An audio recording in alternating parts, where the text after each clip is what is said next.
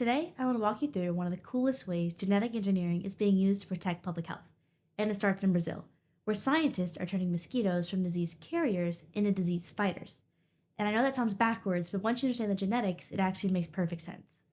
The big picture is this: climate change is helping mosquitoes spread into new regions, which means diseases like dengue fever and Zika virus are spreading too. Traditional tools like pesticides can't keep up.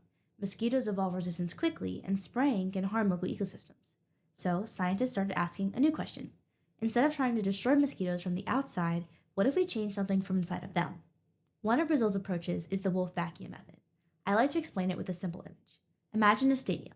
Normally, when a virus gets inside of a mosquito, it strolls in and finds plenty of open seats to multiply. But Wolf-Vacchia is like filling that stadium with friendly fans so densely that the virus can't find a seat. Scientists microinject Wolf-Vacchia into mosquito embryos, and as the mosquitoes grow, the bacteria takes up space in the exact tissues where viruses would normally replicate. The mosquitoes live normally, they just can't spread disease. And because female mosquitoes pass Wolf-Vacchia to all of their offspring, the trait spreads naturally without forcing anything. Now let's look at the engineered mosquitoes from Oxitec, because this is where the genetics gets really fascinating. I like to explain the system with a cooking analogy. Imagine a recipe that always requires one specific ingredient to work, let's say flour. In the lab, scientists give the mosquitoes that flour, which is a chemical called tetracycline.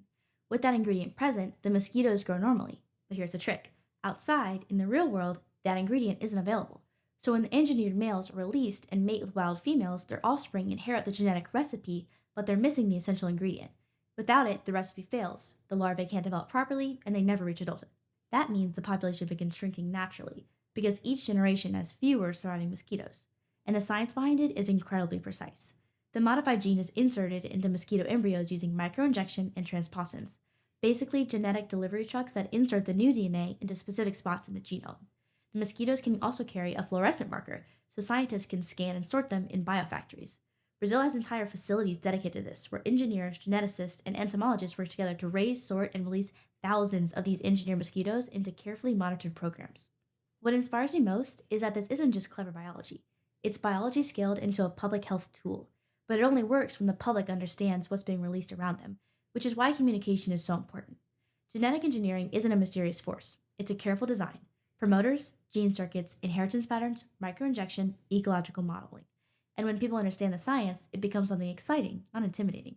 Brazil's mosquito programs takes one of the biggest challenges created by climate change, expanding mosquito-borne disease, and turns into an opportunity for innovation. And that's the kind of science I want to keep exploring and explaining as a science ambassador. Thank you.